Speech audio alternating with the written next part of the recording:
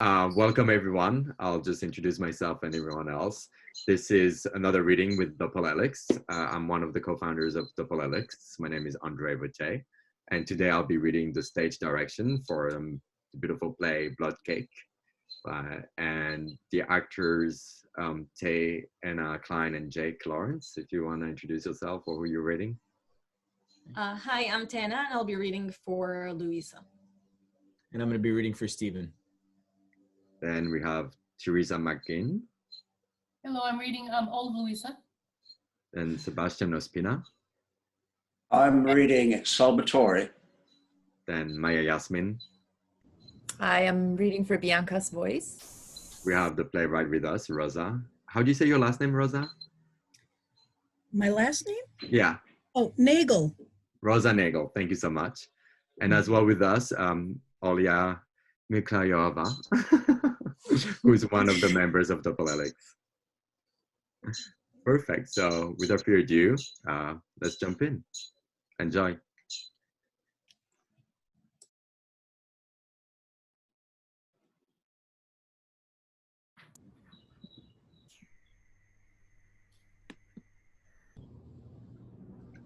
Bloodcake by Rosa Nagle. The stage is dark. We hear the buttons of a tape recorder being pushed, interrupting dialogue. My name is Bianca Esposito. I'm 13 years old. Bianca Esposito.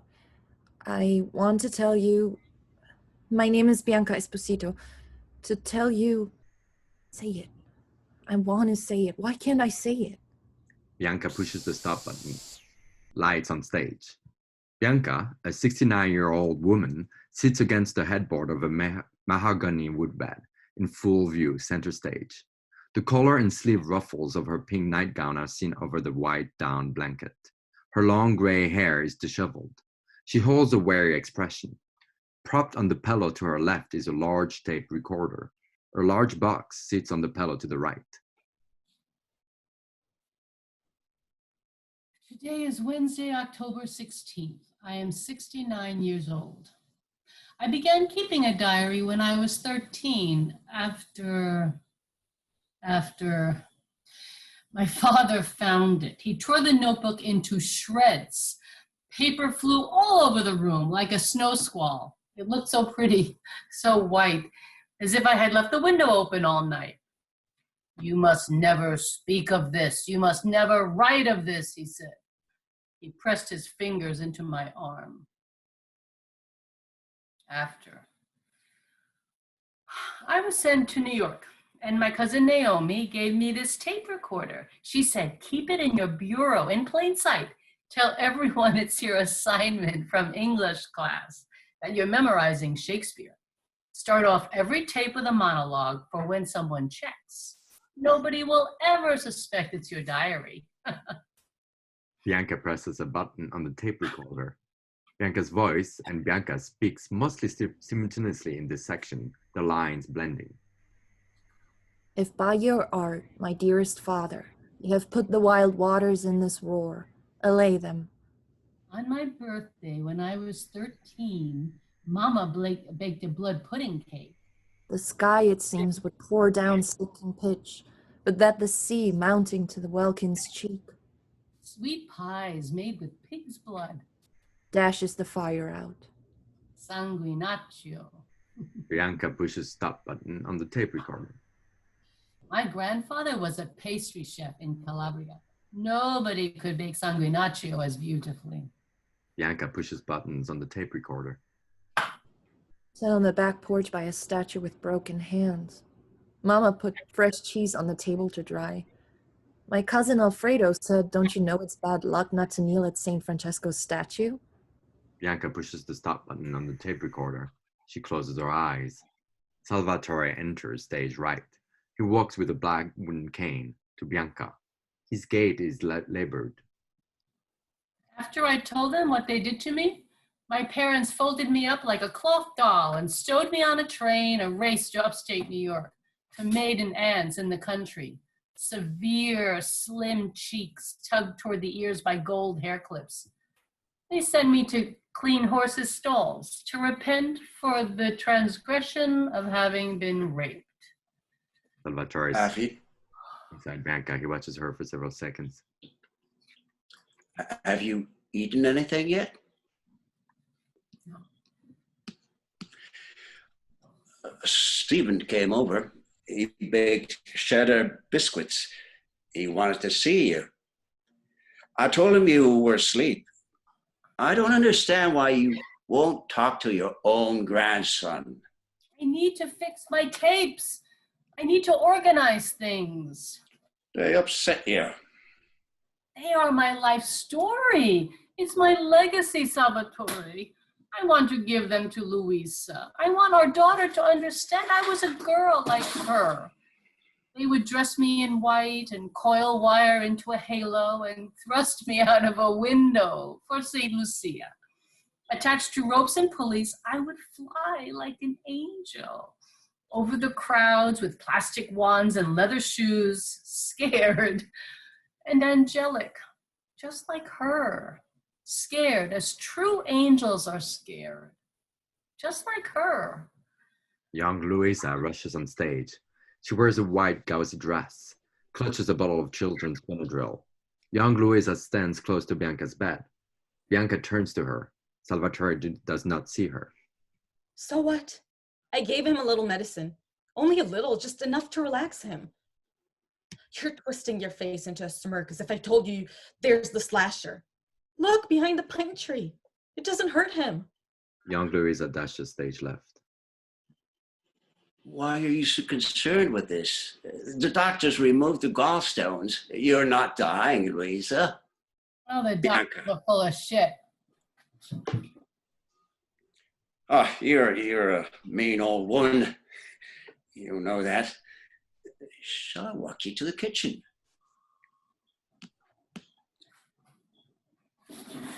What's wrong?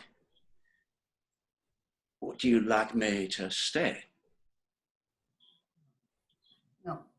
No, I want to be alone, to work on my tapes. Do you understand? I want to be friends with my daughter again. She hates me.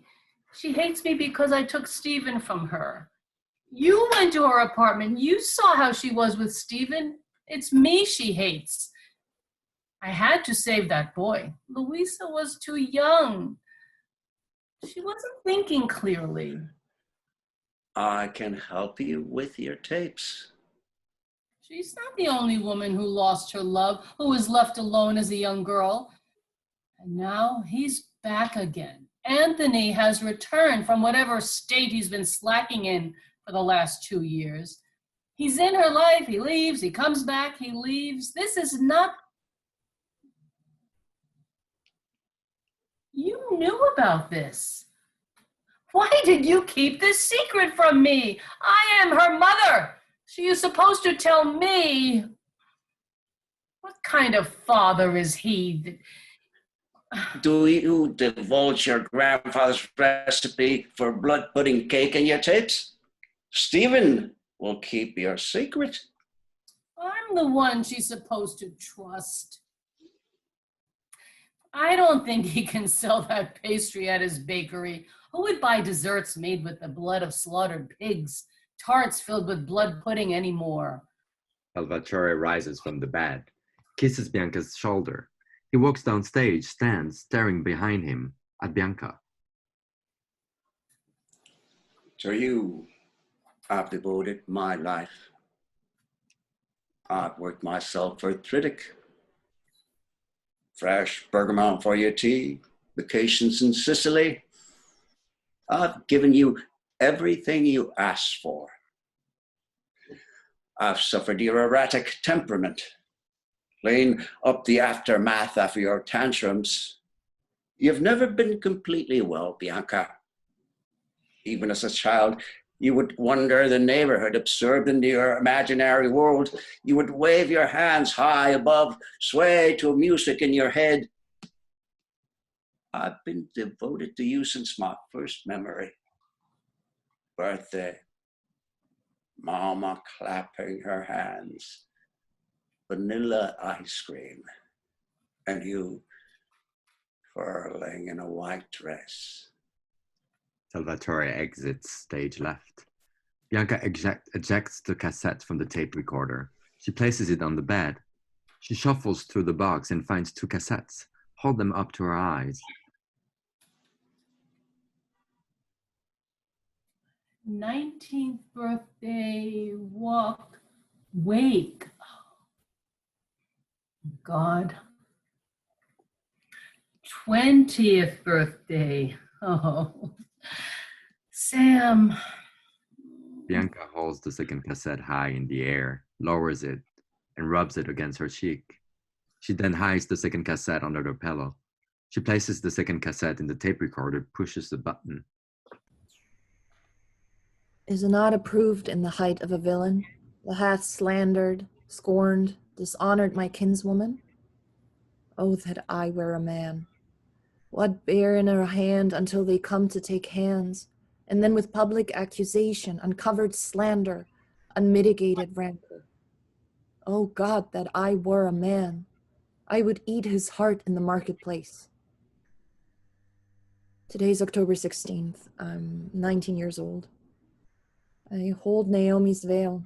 I glide fingers over French tulle, snag a corner on a cuticle, my nails, skin around the bed's bitten so. I can feel the warmth of tears. She balanced daisies in a plastic pail. It will be okay, BB. I'll help you, BB, were the first words Naomi said to me 6 years ago in New York. She was home for winter break.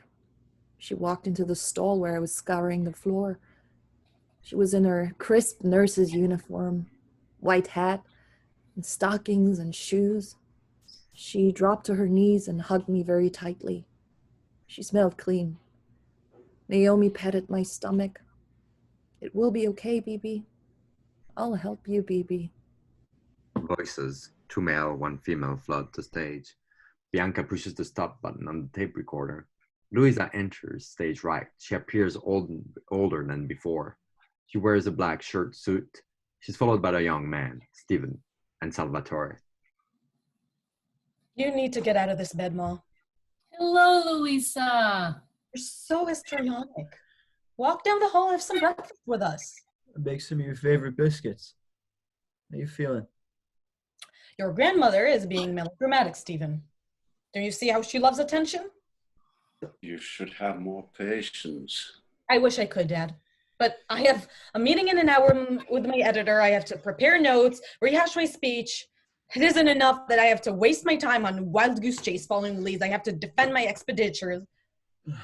Go then, Ma. I'm here. This is the worst possible day for me to waste any time. Will you come back, Louisa? I'm organizing my tapes. I want to share them with you. You can sit beside me. I want to tell you about my life. I don't have time for this. We share so much in common. I can help you. Help me. You're very good at that. I know how it feels to be angry, to have that hatred coiled inside of you, twisting you inside out. You took my son away from me for 10 years. I had to beg to see him. I made one mistake and you never let me live it down. You treated me like a criminal. Don't say that. That's now how it was. I couldn't be alone in the room with Stephen. I couldn't take him into my house without you or Dad there. I saved your son. My God, I would have done anything to save my own son. What son? You never had a son. Would have done anything. I would have lived in the horses' stalls. I would have traded my life for him. Your nonsensical ramblings are too much for me today. I need to go. Call me later. I'll text you. Louisa kisses Stephen's cheek and starts to exit. She stops. You must know Anthony's back from Seattle. We're meeting later. I don't want to hear anything about it. I love him, Ma. You don't understand that. You don't understand what it's like to be unable to be.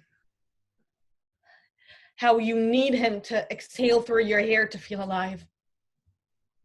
How you feel like you'll blaze one day, fill the air with ashes. The moon luxates. And when he's gone, it is a wan tissue moon we spin underneath. Louisa exits stage left. Salvatore follows her.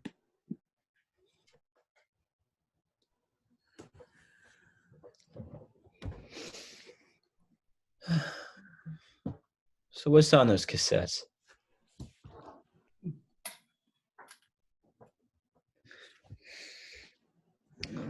I can't replicate your exact recipe. I have the crust, the basic pasta frolla, but the consistency, the filling stifles me. It's partly dense, Boca Negra, part butter cake. You have to smell it. My measurements have to be accurate, chef. I run a little place downtown. Oh, this concern, this decimals of cooking. Aroma is what engages us. Haven't I taught you that? A good baker knows the difference between sugar and honey by fragrance. I feel my nose isn't as strong as yours, Nonna. You are just like your mother, just like her. Steven kisses Bianca's cheek. Apologies, chef.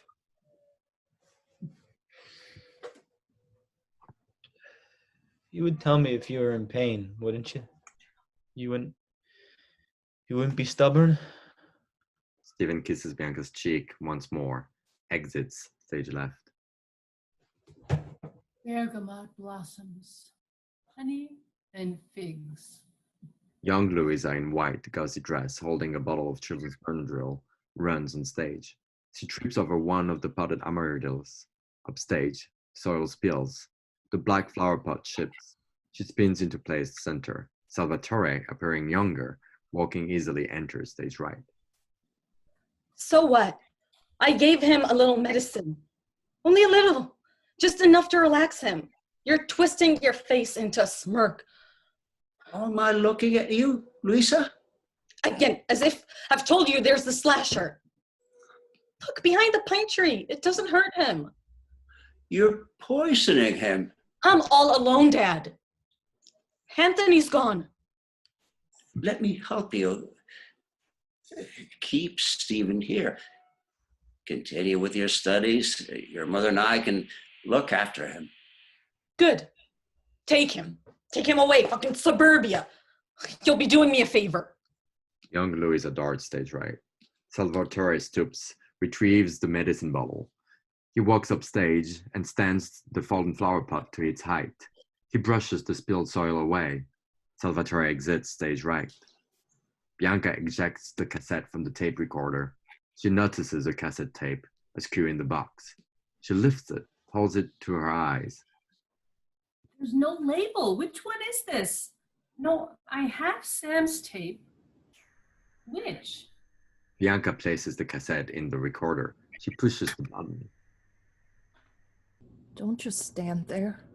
But I do. Contemplate a book. Press my fingers into a spine. Read lines. Turn my face toward the Sunday crowd. I shiver. Avert my eyes. He wipes sweat from his neck. He enters the store. He enters. Walk, stupid. I step toward the bookcase. My back is to him. He doesn't see me. Cherry tobacco. Strong cologne. He unsnapped the buttons on my blouse. In my house. On my back porch. I was on the porch near St. Francesco. Don't you know it's bad luck not to kneel by St. Francesco? I was on the porch in my own house. Bianca ejects the cassette, thrusts it to the floor. Bianca pulls the cherished cassette from her pillow. Ooze. I love the word ooze. In Calabria, blackberries ooze when you lift them to your mouth. Bianca places the cassette into the tape recorder. She pushes a button. Oh, swear, not by the moon, the inconstant moon, that monthly changes in her circled orb, less than thy love prove likewise variable. Do not swear at all, or if thou wilt, swear by thy gracious self. Today is October 16th. I'm 20 years old. I met Sam today. A year since Naomi's death. I moved back to Boston. He sent me to Calabria to my grandfather's bakery. Bianca pushes a button on the tape recorder. I met Sam today. For 2 weeks during siesta, I watched Sam through a bedroom window, gazed past battered trunk to the bed, a yellow and white coat, unfettered jonquils, its hem of petal edges gathered into, beyond closed doors and blue chambray. I don't know what I expected, clambering the stony path to the pier through afternoon gauze, ignoring the plate of bergamot oranges and Earl Grey tea in a tall, crooked glass Nana laid out for me, opting instead to dangle a rod under my arm and lure oily cod. It was so good to feel the tingle of heat on my thighs after months of coarse wool, to feel the wet floorboards beneath me. Lying in the sun, I watched the jacana flick its spider legs. I forgot Sam was there. I was stunned by Sam's acknowledgement of me. The turn of his head, his nod, a clip of fishing string. What is it? What did I want to say to this stranger? Who are you? Why have you come here? What are we meant to be? Rare bird, Sam said. Never seen in these parts. He squinted at the jacana. Treads on rocks. Looked like he's walking on water. What kind of man is he? He's a wetland bird up from Brazil. Must be lost. How could he speak to me freely like this? Bianca pushes the stop button. End of play. Yeah. Congrats, everyone. Welcome back. Welcome back, Rosa and Bianca. Nice. Everyone did such a beautiful job. I loved hearing it. Thank you. It's a beautiful play. It's a very, very beautiful play. We usually use the last minutes after the reading for anyone to talk or ask questions to the playwright or just share opinions. So if anyone has anything, feel free.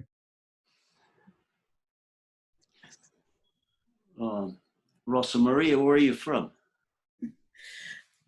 I'm actually from the Boston area. My parents are from Italy, though. My parents are from near Naples.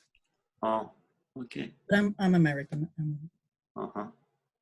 I lived in Boston for 2 years with an Italian-American family in West Roxbury. Okay. When I went to high school. That was in the 60s, long time ago.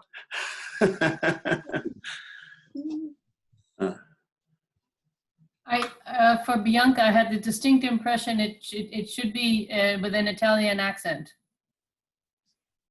It's, a couple of people have said that to me. I actually don't hear it with an Italian accent, but it seems that I guess so. I mean, it would make sense, wouldn't it? Yeah, it would make sense.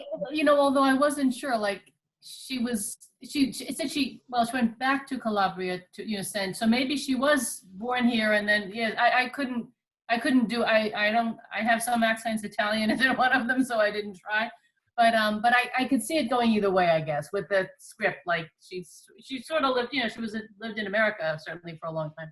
So I wondered if it was based on someone real and then who does or doesn't have an Italian accent.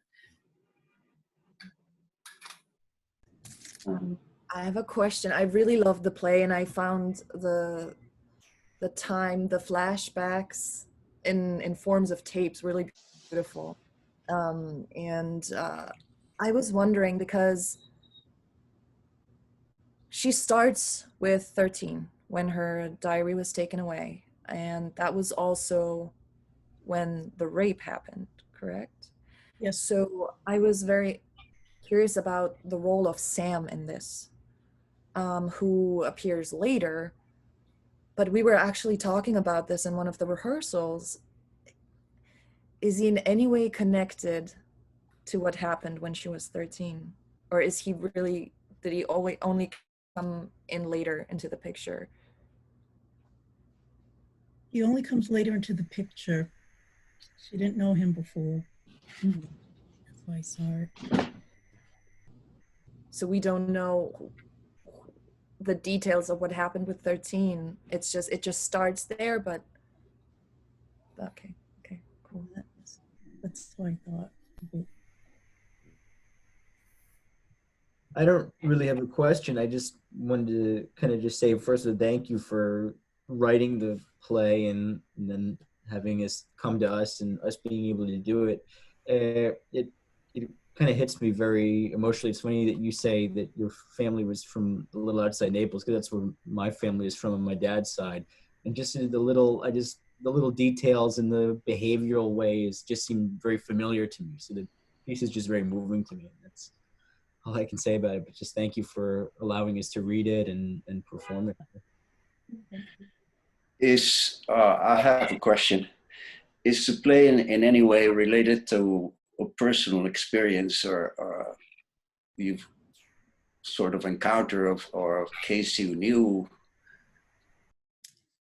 What's the origin? What sources inspired you to write the play? But Rosa Maria, you don't have to answer that. It's actually based on a couple of different family stories in my family, very loosely. I kind of, growing up in an Italian household, everyone used to, they're all storytellers, I guess. So I got little bits and pieces of this story and that story, and I put them together, basically. But it's not really one specific person or anything. It's a bunch of stories. Mm-hmm. Well, that's great. Yeah, I'm myself a playwright, and I usually work on stories from family stories, and they become something else, but that's off the starting point. I pick up from there, and then from there I fictionalized a lot. Okay, it's a question for all of you, if you don't mind. Now, this play, as it's written, it's actually an epilogue to a full-length play. Oh. Strangely, it's a play, which is a technique I use. But I have been toying with the idea lately of taking this play out of ghost stories and expanding it. And I'm wondering if it's a good 10-minute solid play, or if you think I could expand it to maybe a 1-act, or just leave it alone. I've been curious about this lately. That's why I sent it over. I'm like, oh, I wonder what people think. I would love to say, I think it very much stands on its own, like as a piece, the way it is now, but just because I found it so just because how much I liked it, I would love to see a full length play, because it works. So I think it totally works this way, and it could be, I would like to see a longer version because it was good. And I think why it's I would think it's worthy of being explored as this story as a longer narrative is just because the relationships between all the characters are so specific, and it's a family, which is great. Like the best family pieces are where there are such different dynamics within the family. So a longer piece, you get to explore Stephen's relationship to his mother and to Bianca, and you get to explore Salvatore's relationship to Louisa as opposed to Bianca's relationship to Louisa. I think it works to be, it's interesting enough we want more at the end of this 10-minute piece. So that's for sure. Yeah, I would agree. I think, there's more to each character. And I think the Stephen character is really interesting because we don't hear much from him, but here's a kid who lived with his grandparents, raised by his grandparents for 10 years, and now seems to have an okay relationship with his mother. They get on. And like, what's all that about? Like, and the mother's furious at the grandparents are accepted, but are angry also, so there's anger on the two ends. He's in the middle. And so anyway, that's one story that's sort of, you kind of want more.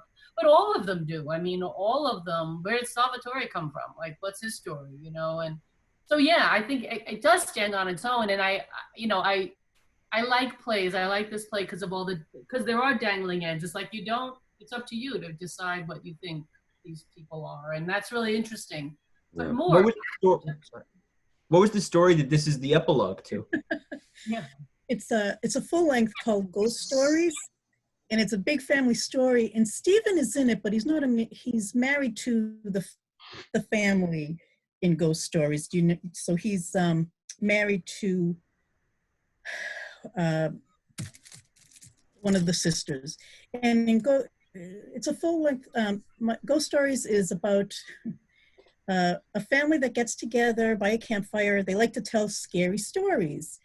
It starts off okay, but as the play goes on, these stories become more personal and more is revealed, and a big family secret is revealed at the end. And so it becomes more sinister as the play goes on, but it starts off fun by a campfire, you know? And then so that's kind of what I did with Ghost Stories. It's a bunch of little stories that plays within plays, and they kind of get more sinister. So originally I wanted to explore Stephen's character, but then I wrote this epilogue, and I introduced Bianca, and it's her play. So I kind of had failed in my attempt to explore stand on It's its perfectly, and like the ghost stories sounds so good too. It seems like it's a separate thing though, completely. Like a universe, and then you have all these stories. Yeah, I love that they can both stand alone, but they have a connection somehow. I think that's I agree too. I think, as everyone said, like I think this play stands on its own, and I would love to read the ghost stories too. But if you want to explore more this one too, I could definitely, as everyone already said, I could see there's so many pieces you introduce in this one. Like that could be chapter 1 is Bianca, and then chapter 2 can be Salvatore, because he says as well, right? He sacrificed everything, and you already introduced younger Salvatore. So what if Salvatore tells the story from his point of view, and then book 3 could be Louisa, right? As well. Like I would love to learn more from. It seems as well like some patterns from Bianca happens to Louisa's life too, and then Stephen's story, right? And have that book of 4 chapters with different perspective, and how they all intertwine in different ways, or whatever you feel like it. But I think there's so much. Yeah, there's definitely a lot to be explored if wanted. And as an audience, I absolutely agree. It was absolutely interesting and very focused to watch a play. So I was completely focused, and I was intrigued what's going on and what's going to be next. So if you would add other stories with other characters, I'm sure it would be wonderful. Absolutely. Is the theme of the tapes in the longer play? No. It's so strange. I wanted to write an epilogue to explore Stephen, and then this play took over. And I've been here for a couple of years looking at this saying, I don't know what happened, but all of a sudden this play came in. So it's very different than Ghost Stories, the rest of Ghost Stories. So there's a problem. Are you familiar with Beckett? Yes. Yes. You got Crab's Last Escape. Yeah, I am familiar. He could have inspired me. It's a great play. So that's probably where that came in.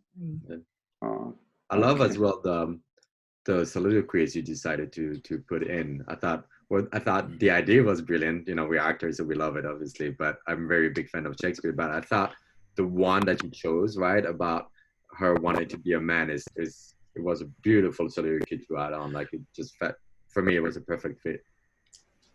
May I ask, the Shakespeare quotations are from what plays? Miranda from, Miranda, hold on. I'm flustered now. Miranda, the father-daughter from The Tempest. The Tempest, God help me. Yeah, okay. Beatrice from Much Ado. Framing of the Much Ado, okay. Is it Beatrice? Romeo and Juliet. Yeah. Juliet from Rome. Yeah, those 3 women. Miranda, Beatrice, and Juliet. That was beautiful. That was really nice. They're great in there. Yeah, they're really good in there. Great. Well, thank you all. This was a wonderful, wonderful reading, and so nice to have you all there. Great acting and beautiful play. Rosa, if you ever want to write more and want to see and hear how it sounds, I'm convinced that all of these actors and myself and Olia would love to hear it. to do it. So feel free to reach back to us if you want to explore a little bit deeper or further, or if you want to send us ghost stories. Excuse me. Keep writing. It's good. At the end of the day, definitely, this was great. Okay. All right. Thank you, everyone. So much. Thank you, Sebastian. Thank you, Rosa.